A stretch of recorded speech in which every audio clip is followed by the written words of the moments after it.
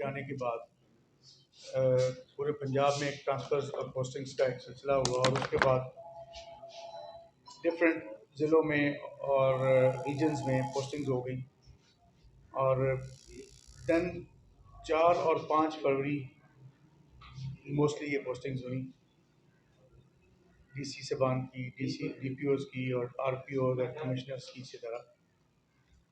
तो अब जैसा कि आप जानते हैं कि ये नेवर एंडिंग बिजनेस कह लें, नेवर एंडिंग जॉब कह लें, नेवर एंडिंग इसके टास्क कह लें। तो सिमिलरली डिस्ट्रिक्ट झंग में भी यही चीज़ें जो पुलिसिंग है रिगार्डिंग मैं वो बात करूँगा, उसका हमने अपने पैटर्न पे आगाज़ किया। तो जब मैं इस्लामाबाद से आ रहा था पोस्टिंग पे चार्ज लेने के लिए, तो पहला ख्याल जो मेरे जहन में आया कि मैं तो जंग से कभी गुजरा भी नहीं हूँ।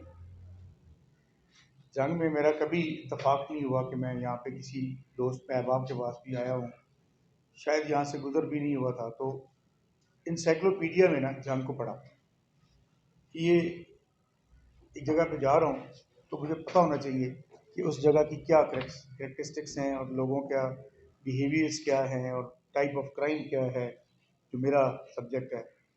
लोग पॉलिटिकली, इकोनॉमिकली और सोशली किस तरह एक दूसरे के साथ बिहेव करते हैं, क्राइम पैटर्न्स क्या हैं।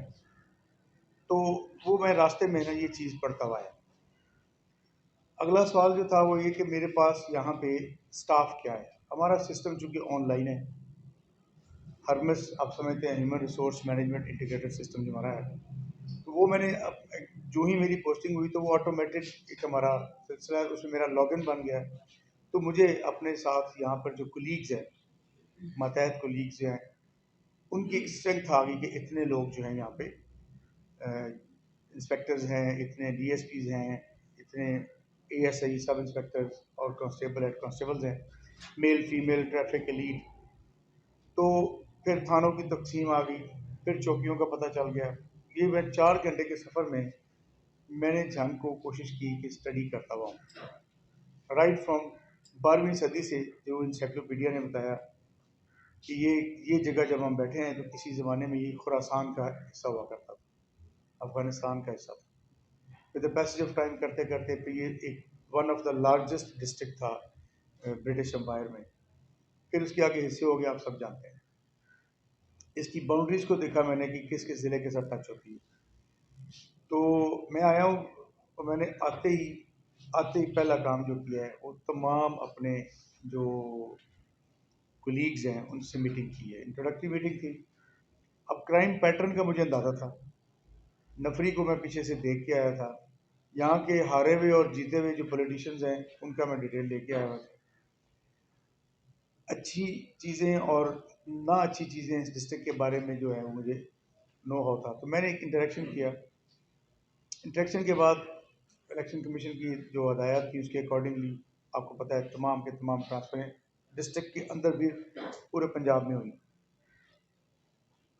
क्राइम पे जो हमने देखा, जो आपका सवाल की तरफ में आऊँगा कि हमने किस तरह किया, तो पहला जो मुझे चैलेंज आया कि ये एरिया बहुत बड़ा है, आबादी थोड़ी है, डिस्टेंट एरियाज़ हैं, 14 थाने और 19 जो चौकियाँ हैं उनका आपस में फासला, उनकी डिस्ट्रीब्यूशन ऑफ स्ट्रेंथ कैसे है, फिर जो काम कर सकता है वो कहाँ लगा हुआ है और जो नहीं कर सकता वो कहाँ लगा हुआ है। तो फिट फॉर द जॉब के हवाले से मैंने एक स्क्रूटनाइज अपना करके तो स्टाफिंग को मैंने सीधा किया। क्राइम पे जब आया तो मुझे पहला चैलेंज फील हुआ कि जब 15 के साथ आप जाएं तो 15 के स्टैटिस्टिक्स में सबसे बड़ा जो रोल है वो इलीगल पोजेशन का है। आपको कुछ सालाना 4-4.5 हज़ार कॉल है 15 की कि मेरे यहाँ नाजायज़ कब्जा हो रहा है, और उनकी कन्वर्जन इनटू एफआईआर जो है वो टोटल 15 है। तो कहने का मकसद ये हुआ कि इतनी सारी कॉल्स को एफआईआर में जो कन्वर्ट नहीं हुई तो वो कॉल्स या गलत थी या रेलेवेंट नहीं थी या कॉम्प्रोमाइज़ हो गया या लोगों ने उसके ऊपर तवज्जो नहीं दी और कॉल करके इजी हो गए। और मेनली वो रिस्पॉन्सिबिलिटी थी हमारे महकमा माल की। डिकॉइटी में लेके आ गए, फिर कार चोरी, मोटरसाइकिल चोरी, ऐसा मुझसे मैंने एक एक क्राइम जो हमारा है ना उसको देखा, तो उसमें मुझे सोलर प्लेट्स का बड़ा क्राइम लगा। बड़े से मुराद रिपीटेड क्राइम, ये सोलर प्लेटें चोरी हो रही हैं, मवेशी चोरी ज़्यादा हो रही है, मोटरसाइकिल चोरी, कार चोरी, ये चीज़ें मुझे ज़्यादा उस पर। फिर उसके बाद दूसरा जो मुझे फील हुआ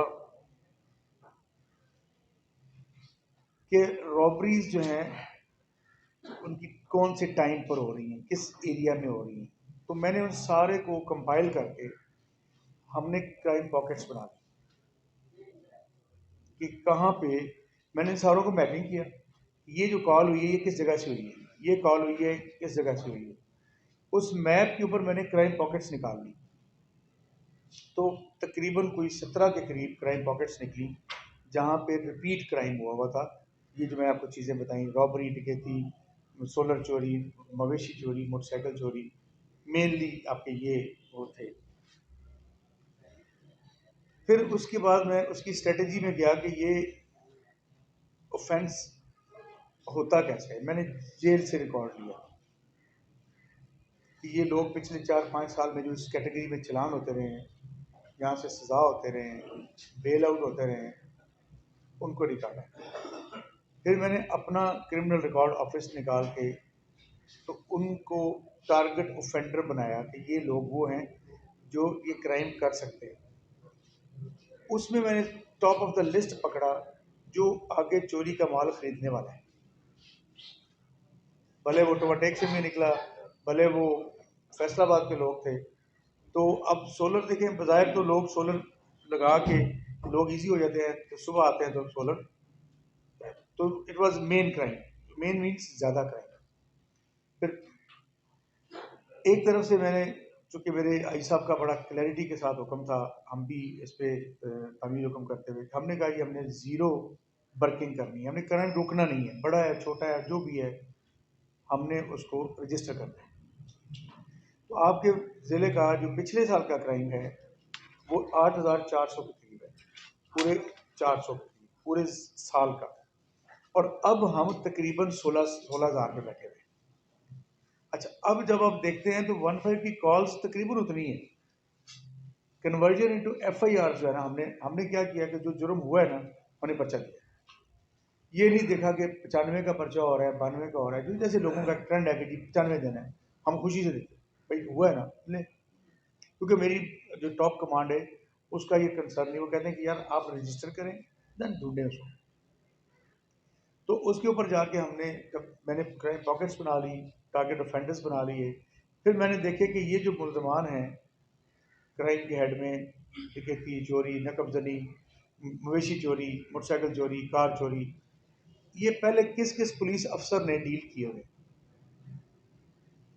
मैं आपको बता दूं कि हाउ मैंने ये क्यों कैसे मैंने उनको मोबिलाइज करके, अब जिस जिस पुलिस अफसर ने उनको पहले पकड़ के चलान किया हुआ था, मैंने उनके इंटरव्यू किए, यार ये बंदा तुम्हें कहाँ से मिल सकता है। देन हमने उनको पकड़ा, वारदात होनी, हमने उनके नंबर जो शनाख्ती कार्डों पे ले लिए, शुक्र है हमने। अब आप देखते होंगे डेली डायरी में सोलर की गैंग कम मिलते होंगे, बिकॉज हमने जो खरीदता था उसको पहले पकड़ा है। चोर को ठार खत्म हो जाए ना, चोरी कम हो जाती है। मवेशी चोरी आप देखें, गैंग्स पकड़े गए। अब मेरा ये अपना ज़ाती ख्याल है कि किसी भी जगह पे मखसूस तादाद होती है डाकुओं की, चोरों की, इस तरह के गैंग्स की, और पुलिस अफसर के अंदर भी मखसूस अफसरान हैं जो उनको पकड़ सकते हैं।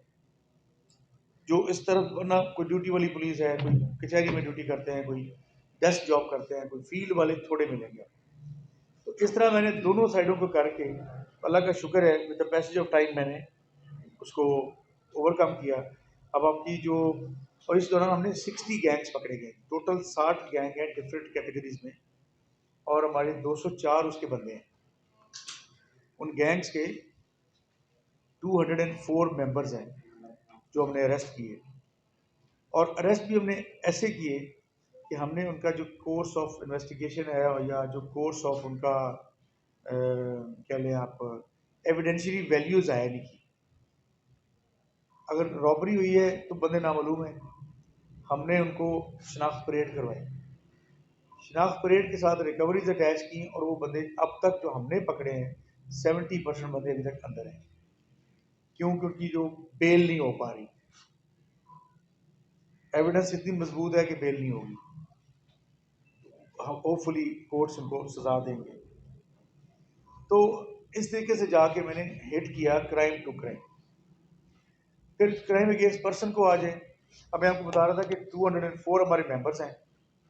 इन लोगों से जो 60 गैंग्स हैं, हमारी 86 मिलियन की रिकवरी है, डिफरेंट शेप्स में, एनिमल्स की शेप में, गाड़ियों में, मोटरसाइकिलों में, ज्वेलरी में, कैश में, डिपेंडिंग अपॉन द क्राइम जो है ना, इनसे रिकवरीज हुई है।